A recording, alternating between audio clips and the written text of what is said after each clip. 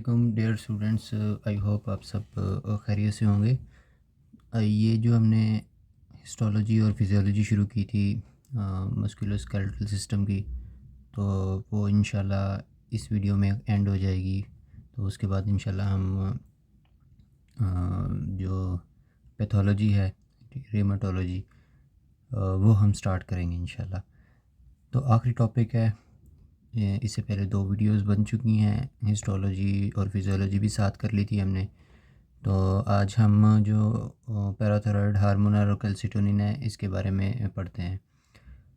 Parathyroid hormone extracellular calcium concentration और phosphate की concentration को कंट्रोल करता है। पैराथायरॉयड हार्मोन जिस तरह ये एक्स्ट्रासेलुलर कैल्शियम की कंसंट्रेशन और फास्फेट की कंसंट्रेशन को कंट्रोल करता है, उसमें जो प्रोसेसेस इन्वॉल्व होते हैं उसमें इंटेस्टाइनल रीअब्जॉर्प्शन होती है, रेनल एक्सक्रीशन और जो कैल्शियम और फास्फेट है उनका एक्सचेंज जो एक्स्ट्रासेलुलर फ्लूइड और बॉन्ड्स में जो है, इसकी इन तीन प्रोसेसेस के हेल्प से ये पीटीएच इन दोनों की कंसंट्रेशन को कंट्रोल करता है। ये दोनों याद रहे कि ये दोनों बोन साल्ट्स हैं, कैल्शियम और फास्फेट, ये दोनों बोन साल्ट्स हैं। जो जब एक्सेस पीटीएच होगा तो वो बोन से कैल्शियम की कंसंट्रेशन को शिफ्ट करेगा, कैल्शियम को शिफ्ट करेगा एक्स्ट्रासेलुलर फ्लूइड में। मीन टू से कि ये रिजॉर्बिंग करवा रहा है, डीमिनरलाइजेशन करवा रहा है। ठीक है, तो एक्स्ट्रासेलुलर फ्लूइड में जब इसकी कंसंट्रेशन ज़्यादा हो जाएगी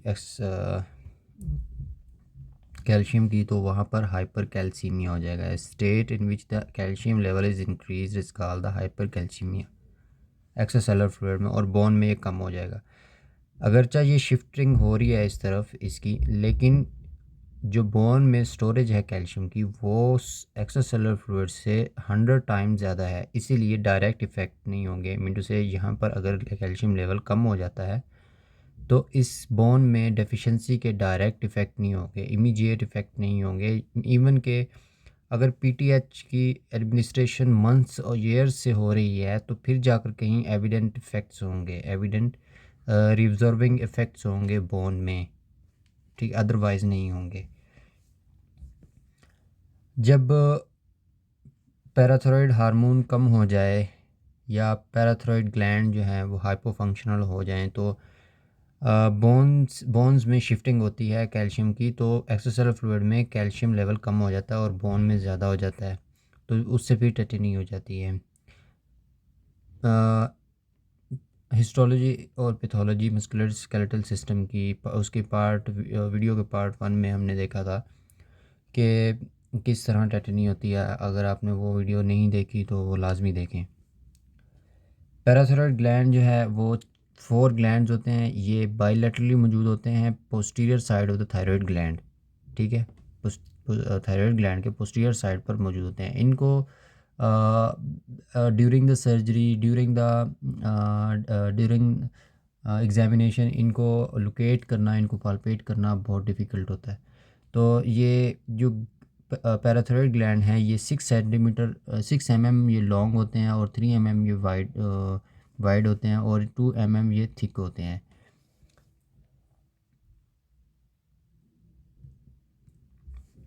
चीफ सेल्स पीटीएच एक्सक्रीट करते हैं, उसमें ऑक्जेनोफिल सेल्स भी होते हैं और रेड ब्लड सेल्स भी होते हैं इसके पैराथायरॉयड ग्लैंड में। अगर पैराथायरॉयड ग्लैंड की रिमूवल हाफ हो, मीन टू से सर्जिकल रिमूवल हो, और हाफ हो तो फिजियोलॉजिकल एब्नॉर्मेलिटीज़ कुछ ज़्यादा नहीं होती। तो अगर 3/4 हो जाए, ठीक है, 4 हिस्सों में से 3 हिस्सों की रिसेक्शन हो जाए और रिमूवल हो जाए, तो ट्रांजिएंट हाइपोपैराथायरॉयडिज्म होगा। ट्रांजिएंट हाइपोथैरम फिर जाके वो पैराथायरॉयडिज्म जो है ना, वो नॉर्मल हो जाएगा उसका फिजियोलॉजिकल इफेक्ट्स। जो रेस्ट ऑफ द सेल्स होंगे तो वो उनकी हाइपरट्रॉफी हो जाएगी, because they are in try to perform the normal functions of the parathyroid gland. Parathyroid gland चूँकि चीफ सेल्स हैं और इनमें सेलुलर ऑर्गेनेल्स भी होते हैं, और जो पैराथायरॉयड हार्मोन है वो चूँकि पेप्टाइड हार्मोन है, तो इसके लिए प्रोटीन फार्मिंग सिस्टम भी होना चाहिए, जिसमें राइबोसोम्स हो गए, एंडोप्लाज्मिक रेटिकुलम, गोल्गी apparatus, ये बहुत ज़रूरी है प्रोटीन की फार्मेशन के लिए किसी भी सेल में। तो राइबोसोम जो है प्री प्रो हार्मोन बनाता है 10 अमाइनो एसिड्स का, ये पॉलीपेप्टाइड होती है, ठीक है। इसमें 90 अमाइनो एसिड के एक पार्ट होता है, और एक 20 अमाइनो एसिड का पार्ट होता है। जो 90 अमाइनो एसिड का पार्ट है वो एक्टिव पार्ट होता है, वो हमें चाहिए होता है। एंडोप्लाज्मिक रेटिकुलम और गोल्गी apparatus फिर इसकी क्लीवेज करवाते हैं प्री प्रो हार्मोन की, तो वहाँ पर 20 अमाइनो, वहाँ पर प्रो हार्मोन बनता है, ठीक है। तो 20 अमाइनो एसिड्स अलग हो जाते हैं और 90 अलग हो जाते हैं। 90 जो होते हैं वो जाकर सिक्रीटरी वेजिकल्स में जाकर स्टोर हो जाते हैं, और वहाँ पर सिक्रीटरी वेजिकल में जाकर स्टोर होते हैं। और फिर जो एन टर्मिनल होता है, और एक होता है सी टर्मिनल, कार्बोक्सिलिक टर्मिनल, और एक होता है अमाइनो टर्मिनल। जो एन टर्मिनल होता है उसकी साइड पर 34 अमाइनो एसिड्स की एक सीक्वेंस होती है, जो कि फुल पीटीएच की एक्टिविटी देती है, फुल पीटीएच की एक्टिविटी देती है, ठीक है। ये याद रखना है। पीटीएच जो है, अगर उसका कैल्शियम और फास्फेट पर जो इफेक्ट होता है एक्स्ट्रासेलुलर कंसंट्रेशन में, ये देखें कि बिगन पैराथायरॉयड हार्मोन से मुराद के एडमिनिस्ट्रेशन की है पैराथायरॉयड हार्मोन की। पहले सबसे पहले ये देख लें कि ये आवर्स हैं, और ये हैं फास्फेट की कंसंट्रेशन, और यह है कैल्शियम की कंसंट्रेशन एक साइड पे। तो इस कंसंट्रेशन में यहाँ देखें कि यहाँ पर एडमिनिस्ट्रेशन करवाई, ठीक है। विद इन आवर्स, जैसे ही टाइम गुजरा विद इन आवर्स, ठीक है, तो कैल्शियम की कंसंट्रेशन बढ़ गई, इंक्रीज़ हो गई, और फास्फेट की कंसंट्रेशन कम हो गई। मीन्स है कि जो पैराथायरॉयड हार्मोन है वो कैल्शियम की कंसंट्रेशन को एक्स्ट्रासेलुलर फ्लूइड में इंक्रीज़ कर रहा है, और फास्फेट की कंसंट्रेशन को डिक्रीज़ कर रहा है। कैल्शियम की कंसंट्रेशन दो तरह से इंक्रीज़ होगी, ठीक है। एक तो इसकी जो एब्जॉर्प्शन है एक्स्ट्रा सेलुलर फ्लूइड में, उसको एक तो ये कैल्शियम की कंसंट्रेशन को बढ़ा देता है, वो दो तरह से बढ़ाता है। एक तो ये बोन से कैल्शियम की एब्जॉर्प्शन को ज़्यादा कर देता है, ठीक है, उससे एक्स्ट्रा सेलुलर फ्लूइड में कैल्शियम की कंसंट्रेशन ज़्यादा हो जाएगी। फिर ये रेनल एक्सक्रीशन, जो कैल्शियम की रेनल एक्सक्रीशन है वो उसको कम कर देता है, ठीक है। एक तो बोन से एब्जॉर्प्शन को बढ़ा देता है, ठीक है। दूसरा ये करता है कि ये रेनल एक्सक्रीशन जो है, रेनल एक्सक्रीशन उसको कम करता है, एब्जॉर्प्शन को बढ़ाता है और रेनल एक्सक्रीशन को कम कर देता है, तो जिससे कैल्शियम की कंसंट्रेशन ज़्यादा हो जाती है। और इस फॉस्फेट में जो इसका इफ़ेक्ट होता है वो रेनल एक्सक्रीशन बढ़ जाती है, जिससे फॉस्फेट लॉस ज़्यादा हो जाता है बॉडी से, और फॉस्फेट की कंसंट्रेशन कम हो जाती है। Increase renal excretion, increase renal excretion, ठीक है, जिससे ये इसका लेवल कम हो जाता है। आई होप इसकी आपको समझ आ गई होगी। पैराथायरॉयड हार्मोन जो है वो कैल्शियम और फास्फेट को बोन से मोबिलाइज करता है। इसके लिए दो फेज़ होते हैं, और स्लोअर फेज़ होता है और एक रैपिड फेज़ होता है। जो रैपिड फेज़ होता है उसमें ओस्टियोसाइट प्रमोट करते हैं कैल्शियम और फास्फेट के रिलीज़ को, और ये प्रोग्रेसिव स्टेज होता है। और जो स्लोअर फेज़ होता है वो सेवरल आवर्स ले लेता है, सेवरल डेज, सेवरल वीक्स ले लेता है, और ये प्रोलॉन्ग्ड और प्रोट्रैक्टेड फेज़ होता है। और ये जो है ओस्टियोक्लास्ट की इसमें प्रोलिफरेशन होती है, और ओस्टियोक्लास्टिक रीअब्जॉर्प्शन बढ़ जाती है बोन की, ठीक है। एक तो ओस्टियोक्लास्ट की प्रोलिफरेशन होगी, और ओस्टियोक्लास्टिक जो है रीअब्जॉर्प्शन होगी वो भी बढ़ जाएगी। जो रैपिड फेज़ होता है उसमें ओस्टियोलाइसिस होती है। अब देखेंगे ओस्टियोलाइसिस कैसे होती है। ओस्टियोसाइट की विसिनिटी, ओस्टियोसाइट भी मौजूद होते हैं, जो बोन मैट्रिक्स होता है, ठीक है, उसके अंदर ओस्टियोसाइट मौजूद होते हैं। मैंने पहले बताया था कि ओस्टियोब्लास्ट जो हैं वो एंट्रैप हो जाते हैं, वो फार्मेशन करते हुए उसकी जो ओस्टियोइड था उसकी फार्मेशन करते हुए कुछ ओस्टियोब्लास्ट जो हैं उसमें एंट्रैप हो जाते हैं ओस्टियोइड में, और वो जो ओस्टियोब्लास्ट होते हैं वो बन जाते हैं ओस्टियोसाइट, वो बन जाते हैं ओस्टियोसाइट। ये कंसेप्ट आपको सिर्फ रिमाइंड करवाना था। तो यहाँ पर देखें कि ओस्टियोसाइट मौजूद हैं, और ये जो इसके इर्द गिर्द जो है क्या मौजूद है, ओस्टियो बोन मैट्रिक्स मौजूद है, हाइड्रोक्सी एपेटाइट वगैरह इसमें मौजूद हैं, और बोन साल्स मौजूद हैं। बोन साल्स एक तो बोन सरफेस पर मौजूद होते हैं और एक बोन मैट्रिक्स में मौजूद होते हैं। अब इन दोनों जगह से पीटीएच जो है बोन साल्ट को रिमूव करेगा। इन दोनों जगह से पीटीएच जो है वो बोन साल्ट को रिमूव, एक तो बोन सरफेस से रिमूव करेगा और एक बोन मैट्रिक्स से रिमूव करेगा। ये देखें पीटीएच जो है under the influence of PTH the bone salts are being removed from the bone surface and the bone matrix from the both sides. क्या जैसे मैंने पहले बताया कि बोन साल्ट जो कैल्शियम और फास्फेट को बोन साल्ट्स कहते हैं। ओस्टियोक्लास्ट जो और ओस्टियोसाइट जो हैं ये दोनों ओस्टियोब्लास्टिक एक्टिविटी रखते हैं। ओस्टियोब्लास्ट और ओस्टियोसाइट जो दोनों हैं ओस्टियोब्लास्टिक इन नेचर होते हैं, और एक होता है ओस्टियोक्लास्टिक नेचर और एक होती है ओस्टियोब्लास्टिक नेचर। ओस्टियोब्लास्टिक नेचर जो होती है वो बोन डिपोजिशन में और उसकी कैल्सिफिकेशन में यानी कि मिनरलाइजेशन में उसकी बोन में इन्वॉल्व होती है, और जो ओस्टियोक्लास्टिक इन्फॉर्मेशन होती है वो बोन रिजर्विंग इन्फॉर्मेशन नेचर होती है।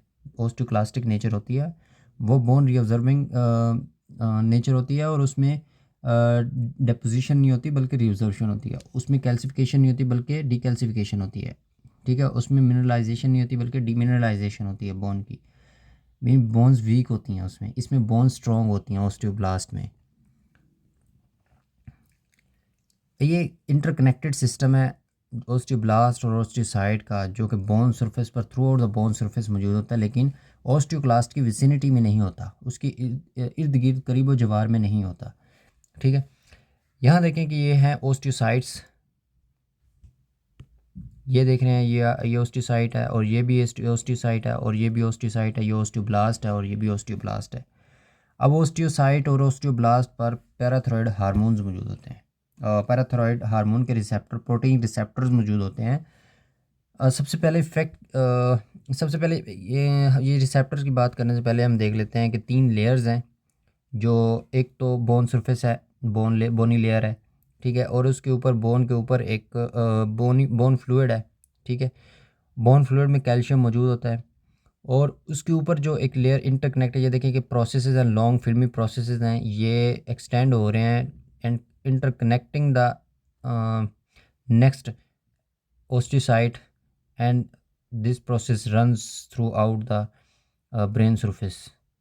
You can see here this process runs throughout the surface of the brain, throughout the bone surface. I hope मैंने ब्रेन सरफेस पहले नहीं कहा होगा। तो ये जो है इसको ये जो सिस्टम है इंटरकनेक्टेड सेलुलर सिस्टम है, ये वाला इंटरकनेक्टेड सेलुलर सिस्टम है, इसको कहते हैं कि osteocytic membrane system. Osteocytic membrane system, osteocytic membrane system इसको कहते हैं। अच्छा, ये ओस्टियोसाइटिक मेम्ब्रेन सिस्टम जो है ये इसकी सेल्स हैं, सेल्स के ऊपर ये देखेंगे एक रिसेप्टर मौजूद है जो पैराथायरॉयड हार्मोन एक बाइंड कर रहा है इससे। तो ये रिसेप्टर प्रोटीन रिसेप्टर है, और ये ओस्टियोसाइट और ओस्टियोब्लास्ट की सरफेस पर मौजूद होता है, और ये सबसे पहले शिफ्ट करता है बोन्स। जैसे ही पीटीएच आकर बाइंड करेगा, ठीक है, तो जो कैल्शियम होगा तो वो जाकर वो एंटर हो जाएगा वो सेल के अंदर, पहले सेल के अंदर एंटर होगा, और फिर ये सेल के बाहर एक्स्ट्रासेलुलर फ्लूइड में आ जाएगा, ठीक है। इस तरह बोन से रिमूवल हो रही है, पैराथायरॉयड हार्मोन रिमूव करवा रहा है। पैराथायरॉयड हार्मोन क्या कर रहा है, रिमूव करवा रहा है कैल्शियम को। तो ये पहले इस ऊपर जिस तरह हमने देखा था यहाँ पे देखा था कि देखें पैराथायरॉयड हार्मोन जो है ना उसकी एक्सेस, पैराथायरॉयड हार्मोन की एक्सेस जो है वो कैल्शियम की कंसंट्रेशन को बोन में कम कर देती है और एक्स्ट्रासेलुलर फ्लूइड में ज़्यादा कर देती है। अब यहाँ देखें कैल्शियम की कंसंट्रेशन बोन में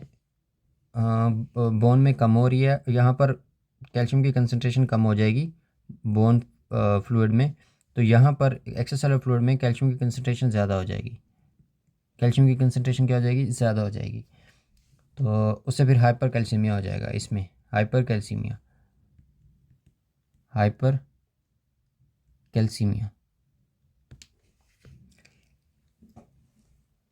जब कैल्शियम की एक्सेस पंपिंग होगी तो कैल्शियम कंसनट्रेशन बोन फ्लूइड में कम हो जाएगा। जब कैल्शियम कंसनट्रेशन कम हो जाएगी बोन फ्लूइड में तो इस इफेक्ट को क्या कहते हैं कि ये ऑस्टियोलाइसिस हो जाएगा।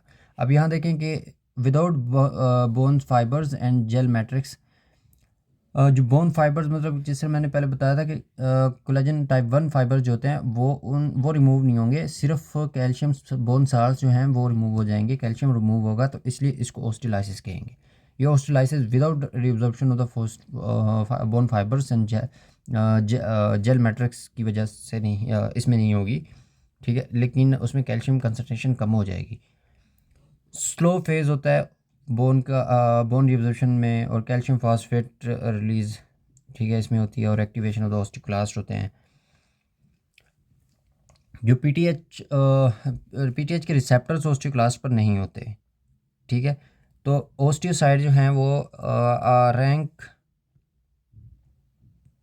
जो ऑस्टियोब्लास्ट होंगे वो रैंक एल को इसको कहते हैं कि ये receptor activator for nuclear factor kappa B ligand, ठीक है, receptor activator nuclear factor kappa B ligand. तो इसको अपने नोट्स में लिख लीजिएगा।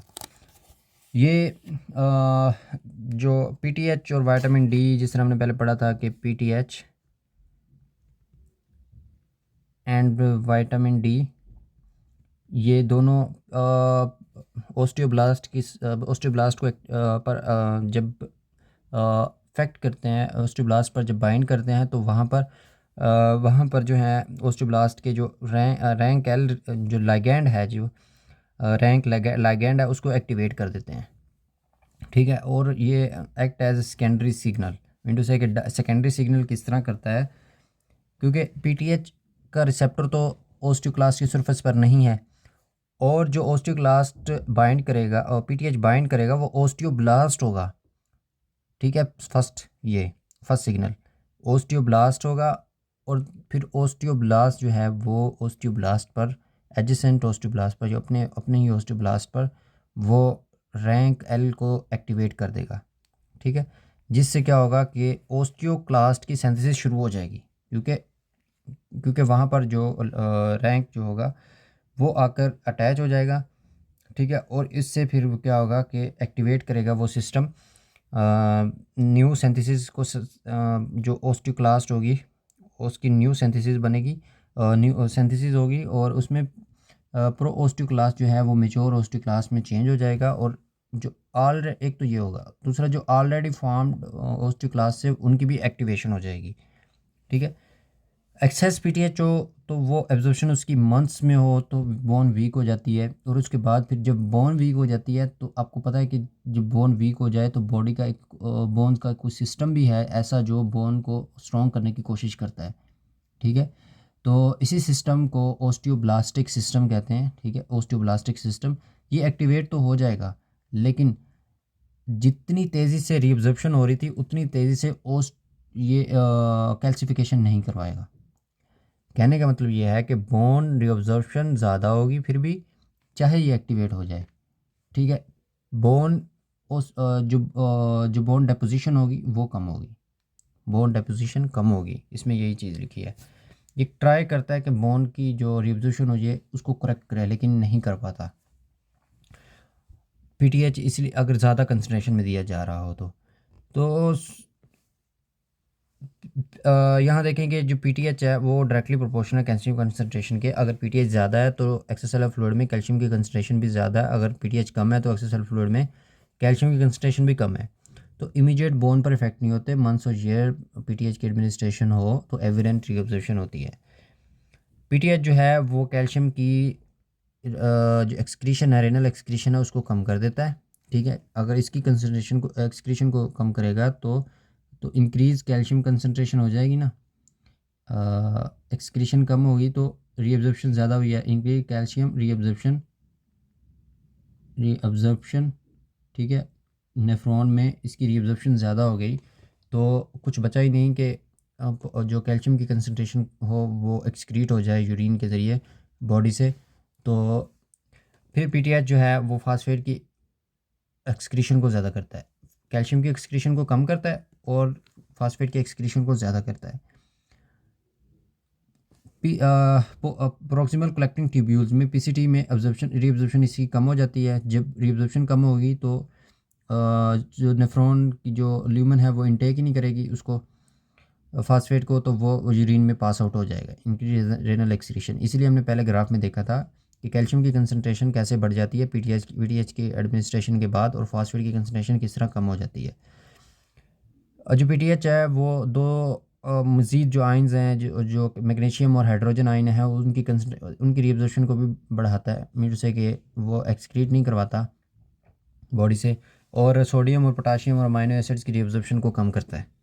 ठीक है, पीटीएच जो है वो किस तरह जो एक्सक्रीशन होती है कैल्शियम की वो कम हो जाती है पीटीएच की इन्फ्लुएंस में, तो वो कहाँ पर इसकी जो कलेक्टिंग ट्यूब्यूल्स जो नेफ्रॉन की ट्यूब्यूल्स हैं उन कहाँ पर उनकी एक्सक्रीशन कम होती है, लेट डिस्टल ट्यूब्यूल्स में, कलेक्टिंग ट्यूब्यूल्स में और अर्ली कलेक्टिंग डक्ट में और असेंडिंग लूप ऑफ एनले में सिर्फ टू द लेसर एक्सटेंट इसकी एब्जॉर्प्शन हो जाती है, इसकी एक्सक्रीशन कम हो जाती है।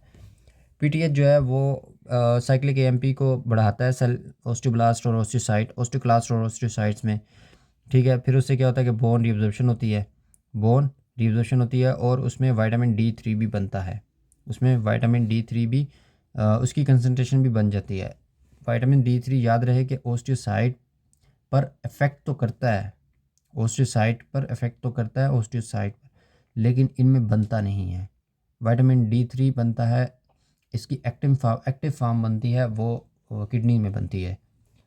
ठीक है, फिर वो बाद में जाकर इंटेस्टाइन में जाता है और वहाँ पर कैल्शियम की कंसंट्रेशन को कैल्शियम की एब्जॉर्प्शन को बढ़ाता है। वो आगे हम देखते हैं, ये यहाँ पे देखते हैं।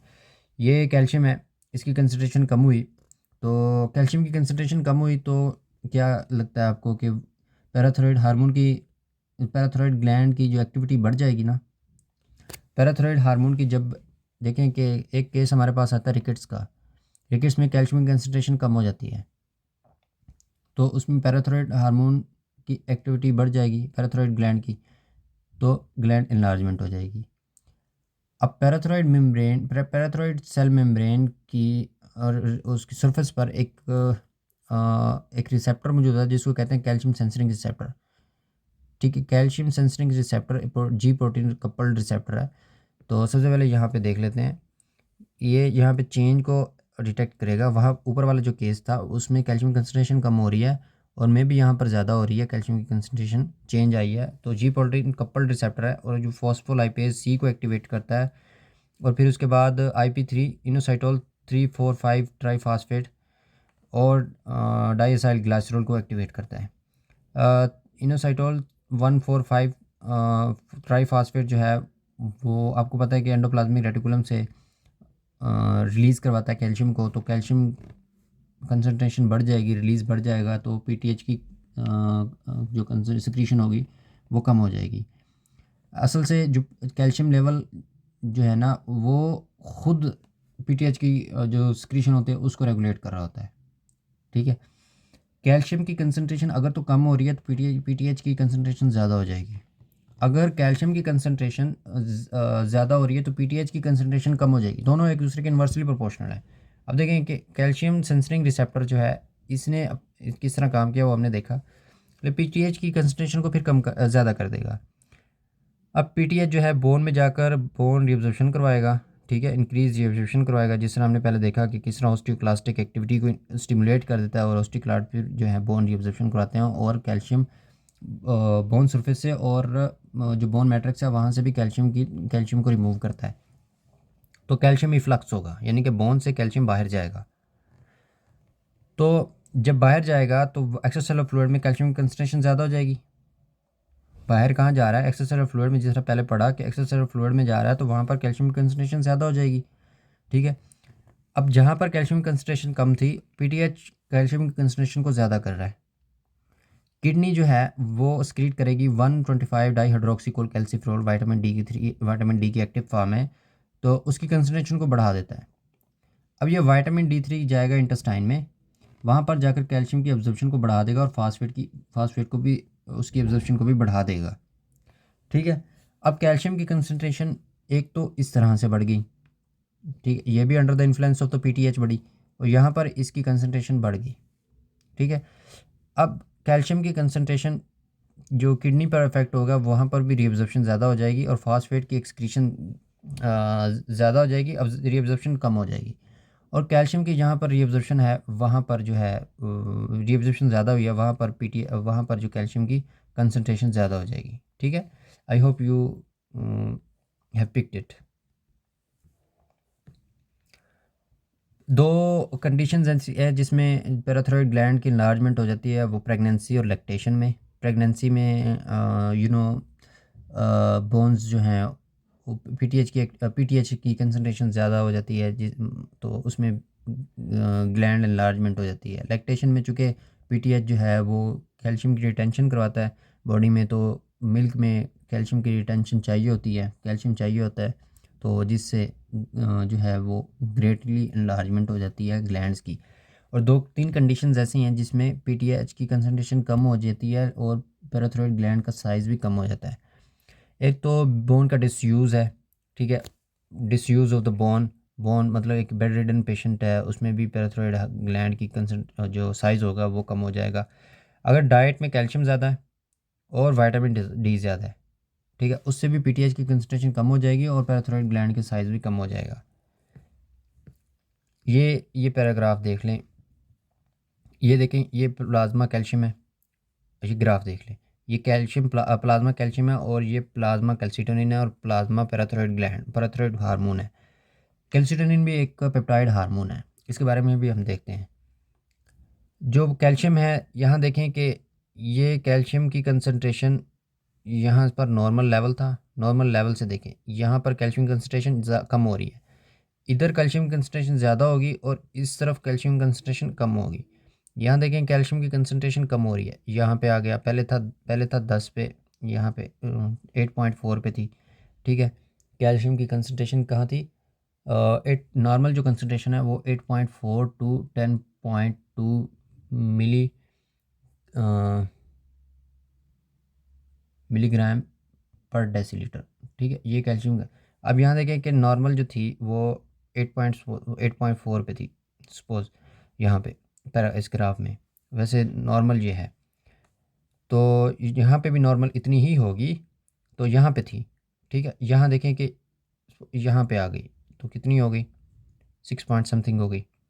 ठीक है, मीन से कैल्शियम की कंसंट्रेशन जो है वो कम हो रही है। और यहाँ पे देखिए कि पैराथायरॉयड हार्मोन जो है इसकी कंसंट्रेशन ज़्यादा हो रही है, 1 1 1 2 3, इसकी कंसंट्रेशन क्या हो रही है, ज़्यादा हो रही है, और ये एक्यूट इफेक्ट होगा, पैराथायरॉयड हार्मोन का। और यहाँ कैल्शियम की कंसंट्रेशन देखें कि slowly with the passage of hours, years और वीक्स, इसकी कंसंट्रेशन जो है वो स्लाइटली कम हो रही है और पीटीएच की कंसंट्रेशन फिर भी ज़्यादा हो रही है। मीन से कि slight decrease in the concentration of the calcium in the plasma may lead to the increased production of the PTH। ठीक है, आई होप इसकी आपको समझ आ गई होगी। कैल्सिटोनिन जो है ये भी पेप्टाइड हार्मोन है और ये 32 अमाइनो एसिड से बना है। और पैराफोलिकुलर सेल्स और फॉलिकुलर सी सेल्स जो होते हैं, वो फॉलिकुलर सेल्स के जो साथ वाले सेल्स होते हैं उनको पैराफोलिकुलर सेल्स कहते हैं, और सी सेल्स होते हैं वो कैल्सिटोनिन की सिक्रीशन करवाते हैं। कैल्सिटोनिन का काम पीटीएच के अपोजिट होता है। पीटीएच जो है कैल्शियम की कंसंट्रेशन को ज़्यादा करवाता है प्लाज्मा में, और ये कैल्सिटोनिन कम करवाता है। असल से प्लाज्मा कंसंट्रेशन जो कैल्शियम की, वो कैल्सिटोनिन की सिक्रीशन को स्टिमुलेट करती है। ठीक है, और जो कैल्सिटोनिन है वो डिक्रीज़ हो जाता है कैल्शियम कंसंट्रेशन में। कैल्सिटोनिन जो है वो डिक्रीज़ करता है प्लाज्मा कैल्शियम कंसंट्रेशन को, एक इमीडिएट इफेक्ट से और एक प्रोलॉन्ग्ड इफेक्ट से, ये समझना ज़रूरी है। ठीक है, इमीडिएट इफेक्ट क्या होता है, देखें प्लाज जो कैल्सिटोनिन है वो काम कर रहा है कि किसी तरह प्लाज्मा में कैल्शियम की कंसंट्रेशन कम हो जाए। अब जो रिब्जॉर्बिंग सिस्टम है वो प्लाज्मा में कंसंट्रेशन को एक्स्ट्रासेलुलर फ्लूइड में प्लाज्मा की कंसंट्रेशन को उसमें कैल्शियम की कंसंट्रेशन को ज़्यादा करता है। अब ये इमीडिएट इफेक्ट क्या होगा, decrease bone reabsorption by the osteocyte. ओस्ट कैल्सिटोनिन क्या करेगा, ओस्ट रिएब्जॉर्प्शन कम कर देगा, क्योंकि रिएब्जॉर्प्शन में बोन से रिमूव होता है कैल्शियम और एक्स्ट्रासेलुलर फ्लूइड में ज़्यादा होता है। अब कैल्सिटोनिन का काम है एक्स्ट्रासेलुलर फ्लूइड में कैल्शियम कंसंट्रेशन को कम करना। अब decrease bone reabsorption by the osteoclast, ये ओस्टियोक्लास्ट की जो एक्टिविटी होगी उसको कम कर देगा, बोन रिएब्जॉर्प्शन कम हो जाएगी और बोन डेपोजिशन ज़्यादा हो जाएगी ओस्टियोसाइट से। जब बोन डेपोजिशन ज़्यादा होती है, आपको पता है कि कैल्शियम में एक्सेस जो प्लाज्मा कैल्शियम लेवल होता है वो कम हो जाता है और बोन में ज़्यादा हो जाता है। ठीक है, इस तरह भी ये कैल्शियम की कंसंट्रेशन को कम कर रहा है एक्स्ट्रासेलुलर फ्लूइड में। प्रोलॉन्ग इफेक्ट क्या होता है, ये ओस्टियोक्लास्ट की फॉर्मेशन को ही ख़त्म कर देता है, कम कर देता है ओस्टियो कैल्सिटोनिन। जब ओस्टियोक्लास्ट ही नहीं होंगे तो रिएब्जॉर्प्शन नहीं होगी, जब रिएब्जॉर्प्शन नहीं होगी तो एक्स्ट्रासेलुलर फ्लूइड में कैल्शियम कंसंट्रेशन कम हो जाएगी और उससे फिर जब फॉर्मेशन कम हो जाएगी तो ओस्टियोक्लास्टिक और ओस्टियोब्लास्टिक एक्टिविटी दोनों कम हो जाती हैं। आपको पता है कि जब ओस्टियोक्लास्ट कम हो गए तो डेफिनेटली ओस्टियोक्लास्टिक एक्टिविटी कम होगी और जब ओस्टियोक्लास्ट ही कम रह गए हैं तो बोन को रिएब्जॉर्प्शन करने के लिए जो एक्टिविटी थी वो ही कम हो गई है, तो जो एक कंपनसेटरी इफेक्ट होता है ओस्टियोब्लास्टिक एक्टिविटी का वो भी कम हो जाएगा, क्योंकि बोन रिएब्जॉर्प्शन हो ही नहीं रही तो ओस्टियोक्लास्टिक एक्टिविटी भी जो उसके नतीजे में बनती है ओस्टियोक्लास्टिक एक्टिविटी के नतीजे में बनती है ओस्टियोब्लास्टिक एक्टिविटी। जो कंपनसेटरी जो एक्टिविटी होती है जो हमने पहले देखा, जिसमें मैंने बताया था कि ओस्टियोक्लास्ट जो हैं वो ओस्टियोब्लास्ट की एक्टिविटी को ज़्यादा कर देते हैं, क्योंकि बोन डिमिनरलाइजेशन हो रही होती है और ये कंपनसेटरी इफेक्ट होता है कि बोन की जो डिमिनरलाइजेशन होती है उसको करेक्ट किया जाए। ठीक है, अच्छा, कैल्सिटोनिन की कंसंट्रेशन जो है वो ज़्यादा हो जाती है उसमें पेजिट डिजीज़ में, जिसमें ओस्टियोक्लास्टिक एक्टिविटी ज़्यादा होती है। ठीक है, यहाँ पेजिट डिजीज़ में ओस्टियोक्लास्टिक एक्टिविटी ज़्यादा होती है तो कैल्सिटोनिन की एक्टिविटी ज़्यादा हो जाती है। क्यों? क्योंकि अभी हमने पढ़ा है कि कैल्सिटोनिन की जो एक्टिविटी होगी वो ओस्टियोक्लास्टिक एक्टिविटी को इनहिबिट कर देगी। ठीक है, तो इसलिए नॉर्मली जो है ओस्टियोक्लास्टिक जो कैल्सिटोनिन है उसकी एक्टिविटी ज़्यादा हो जाती है। और this is all from the histology and physiology. No we have finish the histology and physiology of the musculoskeletal system. Inshallah, in next video we will start the pathology of the musculoskeletal system. And enjoy learning, keep learning और अपने channel का भी ख्याल रखें। अल्लाह हाफिज़।